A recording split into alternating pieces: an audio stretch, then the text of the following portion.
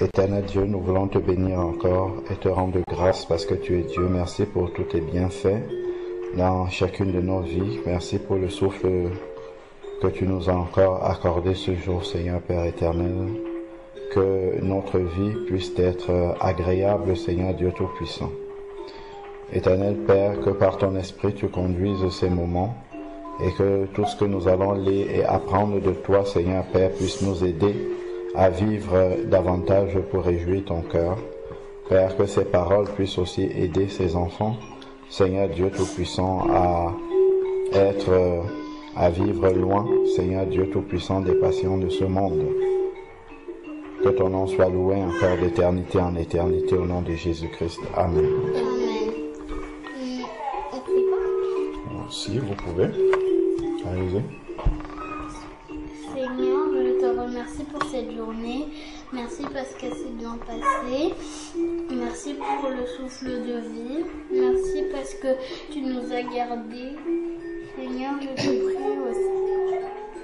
Seigneur, je te prie aussi pour la séance avec toi. Fais qu'on puisse bien comprendre et qu'on puisse aussi bien apprendre au nom de Jésus-Christ. Amen. Amen.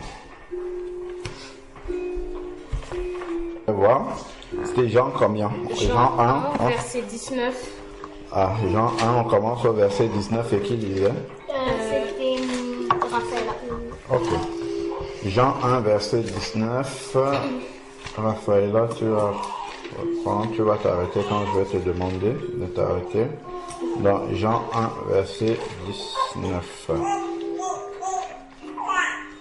Alors, donc on est au verset 19, Jean 1. Alors, Raphaël, tu lis, tu t'arrêtes à chaque verset. Ok. Donc chez moi, c'est intitulé Témoignage de Jean-Baptiste. Donc on va parler un peu de Jean-Baptiste et voir ce que le Seigneur nous enseigne au travers de son témoignage. Vas-y. Voici le témoignage de Jean lorsque les Juifs envoyèrent de Jérusalem des sacrificateurs et des Lévites pour lui demander « Toi, qui es-tu » Il déclara et ne le nia point, il déclara qu'il n'était pas le Christ. Là, tu as lu 20 aussi, non? Oui. Donc tu reprends le 19, juste un verset.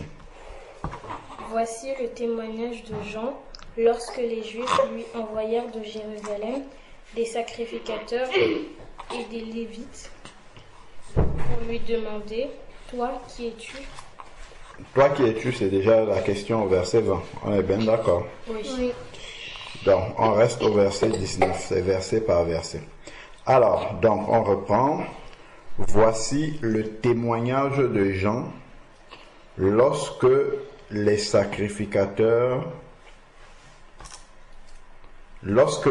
Juifs envoyèrent de Jérusalem des sacrificateurs et des Lévites pour lui demander. Donc, les Juifs ont envoyé des sacrificateurs pour poser des questions à Jean afin de savoir qui est-ce qu'il est. Voilà. Donc, quand on est un enfant de Dieu, à un moment donné, on sera toujours confronté à la question de savoir qui est-ce que nous sommes. D'accord? Et qui est-ce que nous sommes? Ce n'est pas je m'appelle Wendy, et ainsi de suite, non. C'est qui est-ce que nous sommes en Jésus. Très bien. En Christ, c'est-à-dire qu'on va devoir affirmer notre foi. Est-ce que vous voyez ça? Le Seigneur permettra toujours que nous soyons confrontés à une situation où il va falloir affirmer publiquement, parce que là, ce n'est pas, tu peux prier Dieu chez toi si tu veux, mais à un moment donné, le Seigneur permettra toujours que publiquement tu puisses prendre position. Vous savez, vous comprenez ce que ça veut dire prendre position, oui. C'est-à-dire affirmer de quel camp tu es, où est-ce que tu es. Est-ce que tu es avec Dieu ou est-ce que tu es avec le diable? Voilà, il n'y a pas une position au milieu. D'accord? C'est soit on est avec Dieu, si on n'est pas avec Dieu, ça veut dire qu'on est avec le diable. Voilà. Ok. Donc, Ça, ils sont venus poser la question à Jean. Donc ça nous montre déjà, ça nous prévient déjà que nous serons confrontés, nous aussi, en tant que disciples du Seigneur, aux situations où il va falloir affirmer que nous sommes de Dieu. Ok? Et ça, ce n'est pas forcément qu'on va nous poser une question comme ça a été le cas ici pour Jean-Baptiste, mais ça peut être simplement une situation où notre attitude va montrer qu'on n'est pas avec tout le monde, mais que nous on est différent, on est de Dieu. D'accord? Parce que tout le monde va agir d'une certaine façon et nous, il faudra que nous agissions toujours en tant qu'un enfant de Dieu. D'accord? Ça va vous arriver souvent, ça nous arrive aussi. D'accord? Où il ne faudra pas trahir. Est-ce que vous vous rappelez qu'on batte des mains et tous les humains? Eh bien, c'est dans ce chant qu'on dit que jamais trahir le drapeau, c'est pas ça? Non, ça c'est dans... ah, peut-être je me trompe. Quand on dit joyeux, toujours joyeux. Ah oui, voilà, joyeux, toujours joyeux, oui, tout à fait. C'est là-dedans qu'on dit qu'il ne faut pas trahir de Jésus le drapeau. Voilà. Donc, ça veut dire que on ne va pas faire semblant de ne pas être chrétien à un moment donné. D'accord? Parce que tout le monde le fait d'une certaine façon. Ok? Oui, voilà. Donc ça nous prévient déjà de cela. Donc, on peut marquer verset 19. Donc, non, avant de marquer verset 19, on va dire la phrase. Qu'est-ce qu'on peut dire? Si vous deviez dire une phrase là, par rapport à ce que nous venons de dire. Oui? Qu'il ne faut pas trahir Jésus. Voilà. Nous serons amenés à prendre position pour Jésus. Nous serons amenés à prendre position pour Jésus. Nous serons amenés à prendre position pour Jésus. Vous avez compris ce que ça veut dire. Entre parenthèses, V19. Donc Dieu permettra même souvent comme ça des circonstances où c'est un peu comme si les gens venaient nous tenter, où les circonstances permettent que là il va falloir qu'on montre vraiment que nous sommes enfants de Dieu ou pas. Ok? Il faut finir d'abord par écrire. Après, c'était quoi? Oui, c'est position pour Jésus. Prendre position pour Jésus. Et après, nous serons amenés à prendre position pour Jésus, c'est ça? Oui. Entre parenthèses V19. Ok? On souligne. Voilà, V19. V19. Alors, là, on poursuit maintenant. Quelle est la question? Toi, qui es-tu? Arrête-toi. Tu as vu? Toi, qui es-tu? Donc, nous serons souvent confrontés à des situations où ce n'est pas forcément une question verbale comme ça qu'on va nous poser avec la bouche, mais la situation même, c'est la situation qui va nous questionner, qui va nous amener à répondre à cette question. Toi, qui es-tu? Est-ce que tu es un enfant du monde ou est-ce que tu es un enfant du diable? Je suis avec un groupe de camarades de classe qui souhaitent aller faire une bêtise ou bien qui sont en train de faire une bêtise. Vous baissez les mains et vous m'écoutez. Qui sont en train de faire une bêtise dans la classe. Tout le monde, ou alors, je sais pas moi, la classe a fait une bêtise. Et puis maintenant, le prof pose la question de savoir qu'est-ce qui s'est passé. Ok? Tout le monde dit une version qui est fausse pour qu'on ne vous punisse pas. Est-ce que toi, tu vas dire la version fausse aussi? Par exemple, si le professeur ou le maître commence à vous poser des questions un à un, il pose la même question à toute la classe. Joseph, est-ce que c'est ça qui s'est passé? Oui, c'est ça qui s'est passé. Tatampion, est-ce que c'est ça qui s'est passé? Oui, ça c'est ça. Après maintenant, Wendy, est-ce que c'est ça qui s'est passé? Qu'est-ce que tu vas dire? Tu vas dire que c'est cela qui s'est passé comme tout le monde pour qu'on ne vous punisse pas, ou est-ce que tu vas dire la vérité? Tu vois, là, il n'a pas posé la question qui es-tu ou est-ce que tu es chrétien, mais la situation, en fait, la manière dont tu vas réagir va répondre à cette question.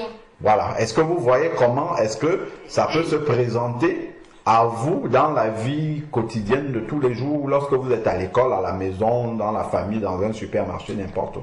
Est-ce que vous avez vu? Oui. D'accord?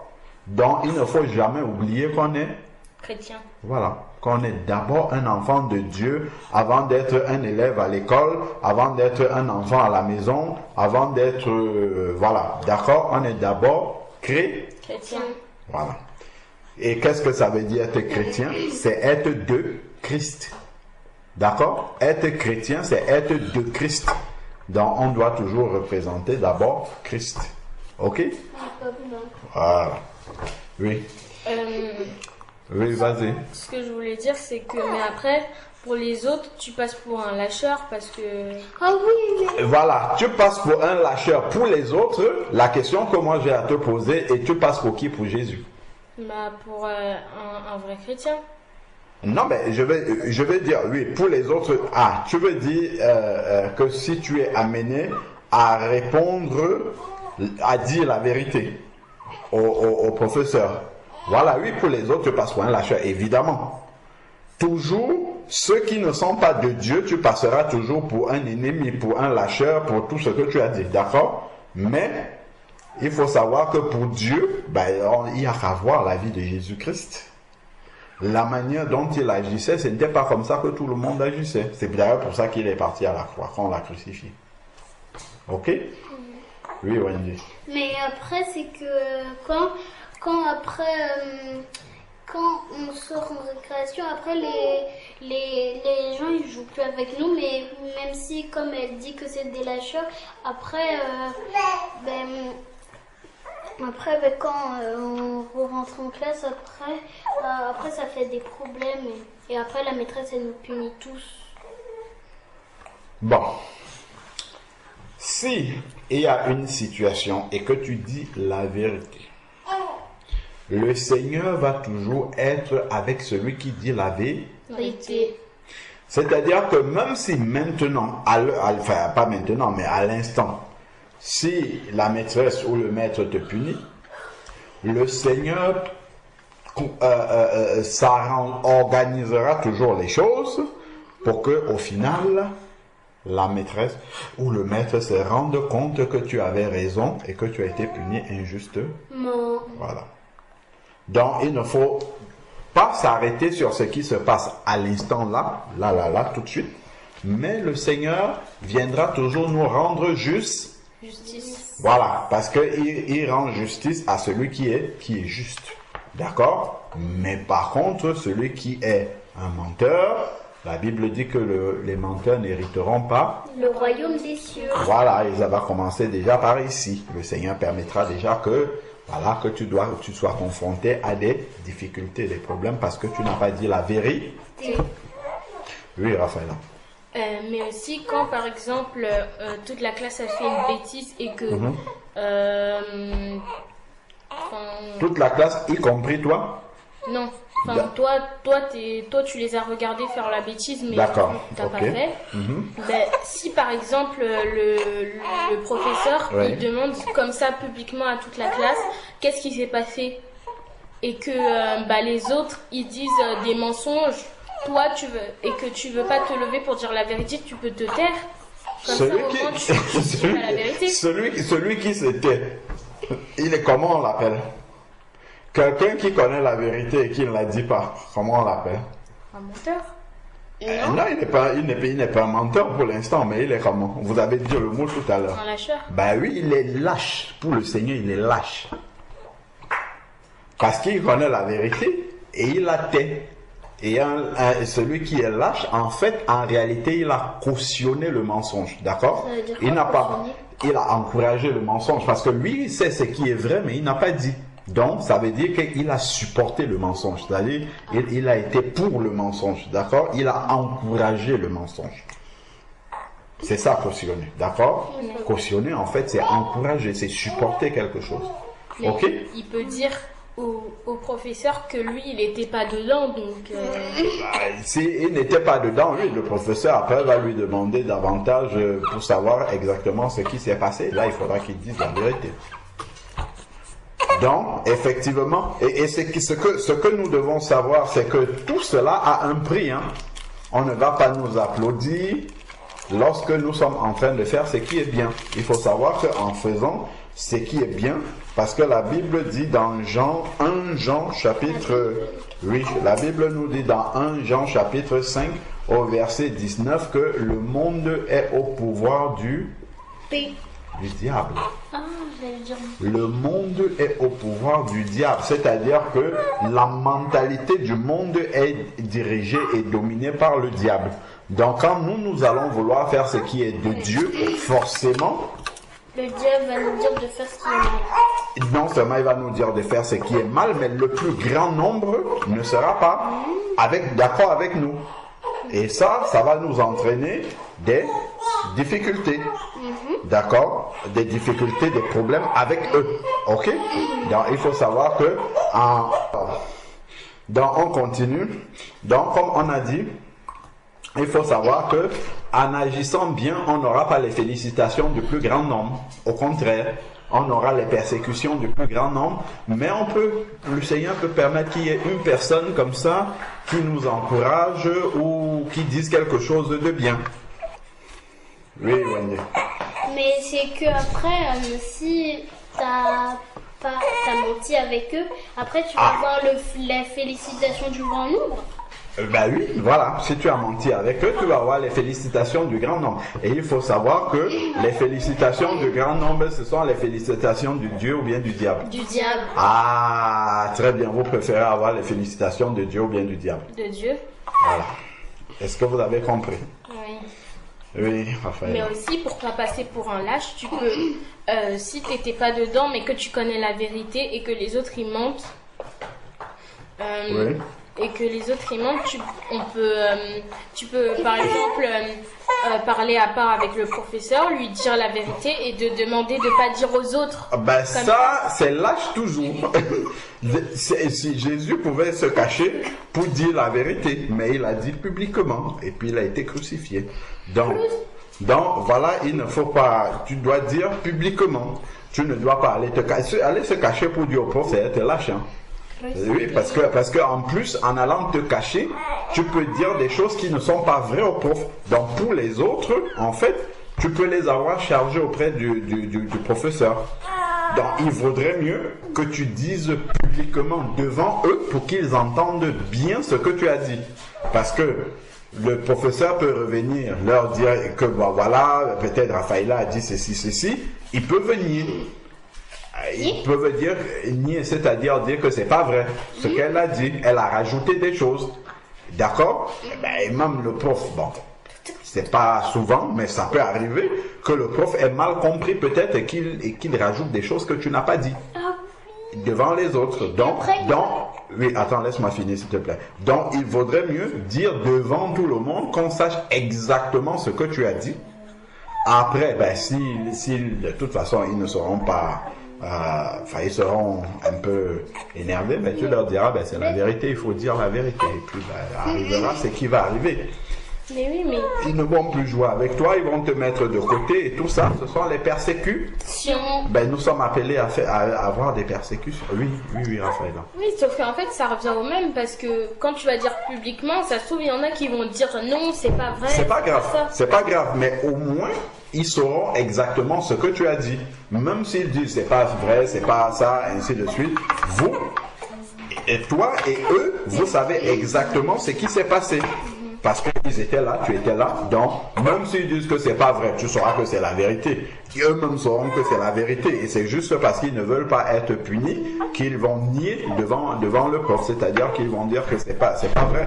Mais ils sauront bien que ce que tu dis c'est la vérité. Mais au moins, ils ne vont pas apprendre ça par quelqu'un d'autre, par le professeur ou bien par quelqu'un d'autre. D'accord? Donc, il vaut mieux toujours assumer la vérité publiquement. Mais on sait bien que ça va nous faire des problèmes, mais on était au verset 20, n'est-ce pas? Jean 1, verset 20. Vous vous rappelez bien de ce qu'on a dit avant. Oui. Que nous serons amenés à prendre position pour le Seigneur Jésus. Voilà. Alors, dans verset 20, ils sont venus demander dans les sacrificateurs et les Lévites qui ont été envoyés par les Juifs de Jérusalem. Voilà. Qu'est-ce qu'ils ont posé comme question à Jean? Verset 20, Raphaël. Toi, qui es-tu? D'accord. Toi, qui es-tu? Ensuite.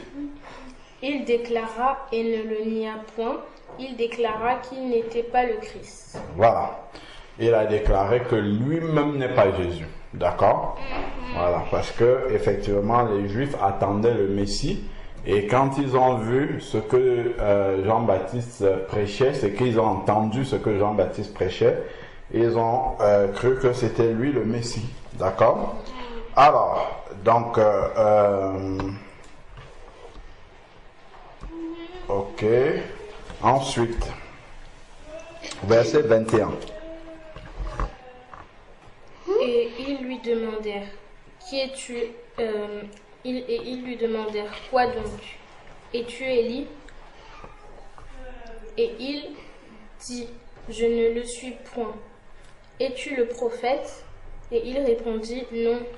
Voilà. Donc, ils sont venus lui poser la question de savoir est-ce qu'il est le Christ, est-ce qu'il est un prophète, est-ce qu'il est Élie. Et pourquoi il lui pose ces questions-là? Parce que sa manière de parler est la manière de parler du Christ, est la manière de parler du prophète, est la manière de parler de Élie. Il n'est pas un prophète, Jean-Baptiste. Même dans son comportement. D'accord? Quand il dit le prophète, c'est le prophète qui devait venir. C'est le prophète Élie qui devait venir. Pourquoi le prophète Élie devait venir? Mais il était venu avant. Oui, mais pourquoi les Juifs pensent que le prophète Élie doit revenir? Parce qu'ils pensent que c'est lui le Messie. Parce qu'il dit Non, que non. Élie l'a bataillé. Non. On réfléchit d'abord, on lève la main et ensuite on répond. Pourquoi les Juifs pensent que Élie doit revenir? Souvenez-vous de l'histoire d'Élie. Qu'est-ce qui s'est passé avec Élie? Et pourquoi? Il y a eu beaucoup de prophètes, mais pourquoi les Juifs, pourquoi ils ne pensent pas que c'est Isaïe qui doit revenir? Pourquoi ils ne pensent pas que c'est Zacharie ou un autre prophète? Oui, Wendy. C'est qu'il est monté avec le chariot où il y avait les chevaux. Du coup, comme il a laissé Élisée, il devait venir. D'accord. Wendy, Raphaëla. C'est ça que je voulais dire. Voilà. Parce que Élie n'est jamais mort. Normalement, pour que quelqu'un ne revienne plus sur la terre, il faut qu'il soit mort. Si quelqu'un n'est pas mort, on croit qu'il va revenir, qu'il est toujours vivant. On est bien d'accord. C'est pour ça que les Juifs pensent que Élie va revenir. D'accord? Parce que Élie n'est jamais mort, il est monté au ciel vivant. D'accord? Sur un char de feu. Ok? Donc les Juifs pensent que Élie va revenir. Donc c'est pour ça que quand ils ont entendu Jean-Baptiste parler comme un prophète, ils ont pensé que c'est lui Élie. D'accord? Voilà. Donc, dans sa manière de parler, dans son comportement, ils ont reconnu que lui doit être un prophète ou le Christ. D'accord? Donc, notre manière d'être aussi doit amener les gens à savoir que nous ne sommes pas comme eux. Oui. C'est justement les Juifs ont compris que lui n'est pas un Juif comme les autres. Ok? Il doit être un prophète de Christ ou ainsi de suite. C'est dans son caractère, dans sa manière d'être. Donc on va noter. Là c'est le verset 21. Notre manière de parler, notre manière d'être, notre manière de parler et d'être, c'est la suite. Notre manière de parler et d'être doit nous distinguer des autres. Notre manière, N majuscule au début, notre manière de parler et d'être doit nous distinguer des autres comme Jean-Baptiste se distinguait des Juifs. Entre parenthèses V21. Notre manière de parler et d'être doit nous distinguer des autres. Vous comprenez, ça veut dire ce que ça signifie distinguer des autres? Oui. Voilà, d'accord, ok. Donc notre manière de parler et d'être doit nous distinguer des autres. Donc nous ne devons pas faire comme tout le monde. Doit nous distinguer des autres comme Jean-Baptiste se distinguait des Juifs. Entre parenthèses, V 21.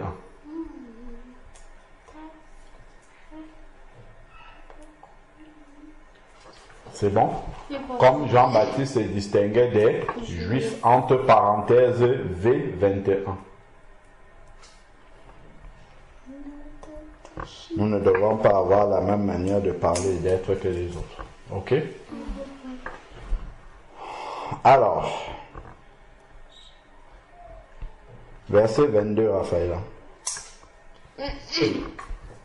Ils lui dirent alors, qui es-tu?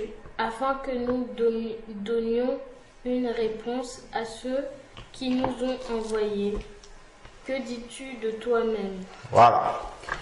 Donc, ici, il continue à le questionner pour savoir exactement qui il est. Donc, notre manière d'être, de parler, nous distingue des autres et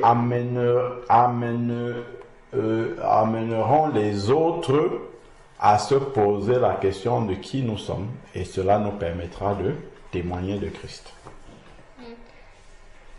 D'accord? Notre comportement et notre manière de parler amèneront les autres à s'interroger sur qui nous sommes et cela nous permettra de parler de Jésus. Ok? On écrit. Notre manière d'être et de parler, c'est la même chose. Hein? Notre manière de parler et d'être amènera notre manière. Donc, notre manière de parler et d'être amènera les autres à se poser des questions sur nous. Notre manière de parler et d'être amènera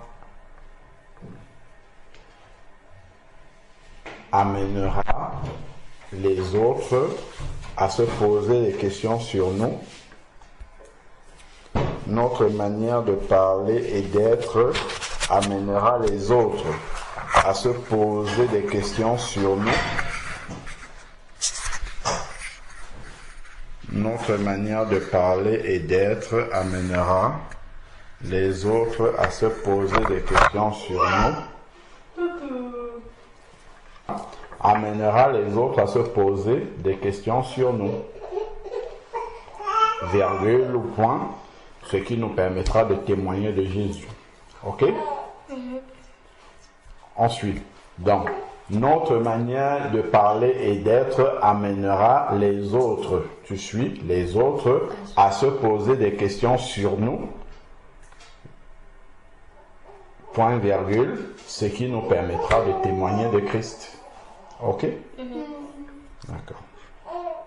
Donc, amènera les autres à se poser des questions sur nous, point virgule, ce qui nous permettra de témoigner de Christ, entre parenthèses V 22. C'est bon? Alors, donc, 43. C'est bon, vous avez noté? Oui. Ok, donc tu vas lire le verset 23 et on va s'arrêter là. Verset 23, on va s'arrêter là.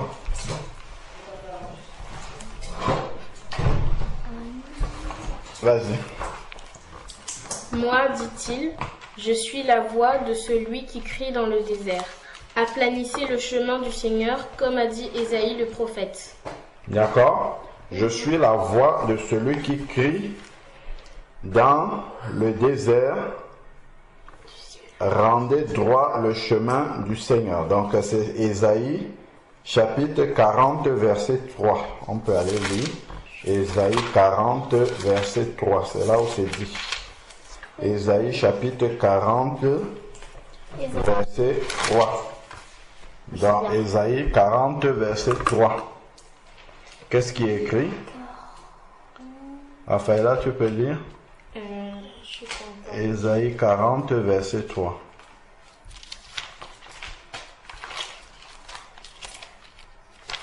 Ah, voilà.